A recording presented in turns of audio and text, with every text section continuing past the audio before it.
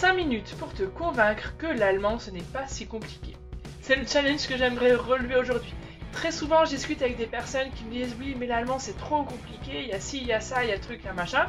Et quand on parle au bout de quelques minutes, ils disent ah, mais en fait c'est logique, ah, mais en fait c'est ça, ah, mais ça me donne envie d'apprendre l'allemand comme ça.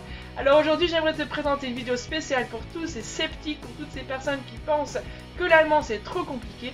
Et j'aimerais te prouver en 5 minutes que c'est possible, que c'est logique et que c'est même plutôt sympa d'apprendre l'allemand. Alors c'est parti, je sais pas si je vais y arriver, mais bon, on va essayer. C'est parti pour le décompte de 5 minutes. Première difficulté, souvent on me dit oui mais c'est trop compliqué, le der, dit, le das, oh là là, tu te rends compte, ils ont un genre neutre, et puis les déclinaisons, on n'y comprend rien. Alors, déjà, première chose, c'est que en fait on s'en fiche. Hein, on s'en fiche parce que déjà si t'es pas sûr entre der, den, dem, ein, einen, bah, t'as qu'à avaler les terminaisons et du coup tu dis juste de ou ein, n, le n pour le einen, n, et en fait, alors juste comme ça te paraît peut-être bizarre, mais si je te dis par exemple ich habe einen Mantel, j'ai un manteau, d'accord? Alors il faut déjà savoir, est-ce que c'est der Mantel, die Mantel, c'est le manteau, das Mantel, est-ce que c'est neutre manteau, oh là là. Alors si j'ai ein, c'est einen, si j'en ai un, ou c'est einem, et ben tu dis ich habe einen Mantel. Et donc du coup j'ai juste dit Mantel, d'accord? J'ai vraiment juste avalé le N. Et en fait ça sonne très authentique, on va te croire, on va te prendre plutôt pour une Allemande, ça va même sonner plus vrai que de dire ich habe einen Mantel, tu vois, non. Ich habe einen Mantel. Et voilà, et du coup tout le monde a compris, ça passe très bien. Donc on avale les terminaisons, ça c'est la première astuce. Et en plus, si jamais tu te trompes déjà, et ben c'est pas grave. Parce que l'important, c'est de se faire comprendre, de communiquer. Imagine la même chose à un Allemand qui arrive en France dans une boulangerie et qui te dit bonjour, je veux le baguette. On va pas commencer à lui faire toute une leçon sur le et la, le masculin, le féminin, que là normalement c'est la baguette. On a très bien compris qu'il voulait une baguette, on va la lui donner, même s'il a dit le baguette. Et bien c'est la même chose en allemand.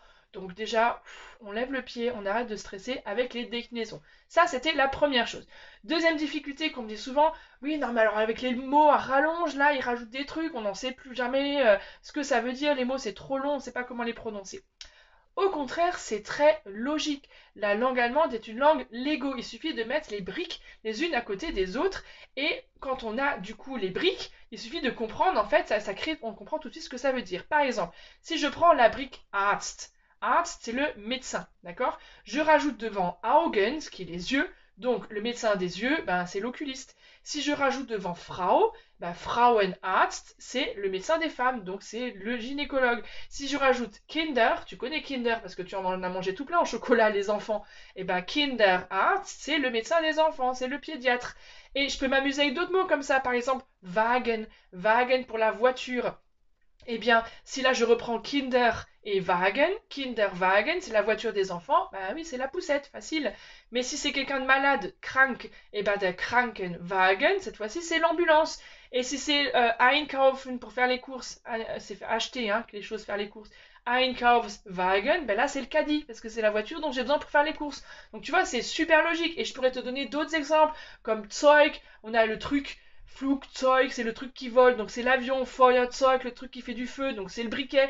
Putzzeug, le truc pour faire le ménage, donc c'est tous les produits ménagers. Enfin, voilà, on peut créer comme ça plein de mots légaux, on peut s'amuser avec ces différentes briques, et on peut aussi comprendre des mots en décelant les briques qui y sont, et en comprenant la logique qui est derrière. Alors qu'en français, oculiste, quand tu sais pas ce que c'est, bah vas-y pour comprendre que c'est celui qui te soigne des yeux, hein. Voilà. Troisième difficulté, c'est la prononciation. Souvent on me dit oui, mais alors on ne sait pas comment prononcer les mots, c'est quand même complètement difficile, c'est quand même très très difficile. Au contraire, l'allemand est lautgetreu. Qu'est-ce que ça veut dire? C'est-à-dire qu'en fait, le son s'écrit d'une manière et ce qu'on écrit, on le dit d'une manière. Alors qu'en français, je te passe les détails, mais le AN qui s'écrit A-N, A-M, E-N, A-E-M, etc. Vas-y pour apprendre ça, hein. Même pour les élèves français au CP, je le sais pour avoir été maîtresse de CP pendant plusieurs années, c'est vraiment pas évident. En allemand, les élèves allemands, j'ai aussi enseigné là en CP, et bien dès qu'ils connaissent les sons de l'alphabet et puis enfin, les lettres avec les umlauts, les A avec les trémas dessus, et puis il y a quelques I par exemple, oi, quelques diphtongues, mais c'est pas beaucoup. Et une fois qu'ils connaissent tout ça, et bah du coup ils peuvent écrire tout ce qu'ils veulent et souvent c'est assez orthographiquement juste puisque ce qu'on écrit on l'entend et ce qu'on entend on l'écrit. Donc c'est beaucoup plus logique. Ensuite, par rapport à la prononciation, ce qu'il faut savoir, c'est que dans la langue française, on a tendance à relier les choses et à faire tout un chewing-gum, alors qu'en allemand, on va plutôt couper les syllabes et les mots entre eux. Et donc, du coup, il suffit de faire des pauses entre les mots, et en allemand, c'est ok de parler comme ça. D'ailleurs, on peut parler beaucoup plus lentement en allemand, en coupant les syllabes et les mots entre eux. Moi, je sais que je parle très vite. En plus, j'ai un challenge de 5 minutes. Je crois que c'est raté complètement. C'est pas grave, j'essaie de vous montrer tout ça. Et si je accentue en plus les premières syllabes et que je fais les coupures, si en plus je transforme les D en T, les J en F, en Ch, pardon, les V en F, et ben je vais me mettre à parler un peu comme ça et je suis avec l'accent de l'Alsace. Mais du coup, tu comprends pourquoi en Allemagne, ça fait comme ça de l'accent.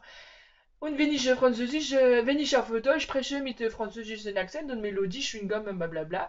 Ça marche pas non plus de parler l'allemand avec la mélodie française. Auf Deutsch muss ich Pausen machen. Es ist einfach so. En allemand, on fait des pauses et c'est comme ça que sonne la langue. Donc une fois qu'on a compris ça, bah, du coup, ça devient beaucoup plus facile de prononcer la langue et de prononcer les mots en allemand. Et quatrième et dernière difficulté, qu'on me dit souvent, c'est sur l'ordre des mots. Ah oui, mais avec le verbe à la fin, on ne sait jamais comment placer les mots dans la phrase, dans quelle ordre les mettre, etc. Déjà, c'est encore une fois une fausse croyance. Le verbe en allemand ne vient pas toujours à la fin. Il est de manière générale plutôt en deuxième position. Comme en français d'ailleurs, dans la phrase principale. Ich lerne Deutsch. J'apprends l'allemand. Ich lese ein Buch. Je lis un livre. Alors évidemment, dans les phrases propositions relatives et subordonnées avec les weil et les das, etc., là, on retrouve avec des verbes à la fin et c'est ça qui complique. Mais au début, tu n'en as pas besoin. Tu fais des phrases simples, sujet, verbe, complément, point. Tu recommences, sujet, verbe, complément, point. Et c'est très bien, on te comprendra, tu auras communiqué et c'est ça l'essentiel. Donc ne t'embête pas au début avec tous ces weil, les das, etc. Ça viendra pour plus tard quand tu te sentiras déjà plus à l'aise. Voilà, je ne sais pas où c'en est du chrono. Je verrai au montage si j'ai réussi mon challenge. Vous me direz si ça vous a convaincu. Si vous voulez en savoir plus, n'hésitez pas à aller faire un tour sur ma chaîne YouTube. On se retrouve aussi sur Instagram, Facebook, LinkedIn, sur mon blog apprendrenaturellement.com. N'hésite pas à mettre un petit pouce si tu as aimé cette courte démonstration. Et on se dit à très vite pour la prochaine vidéo. Tchuss!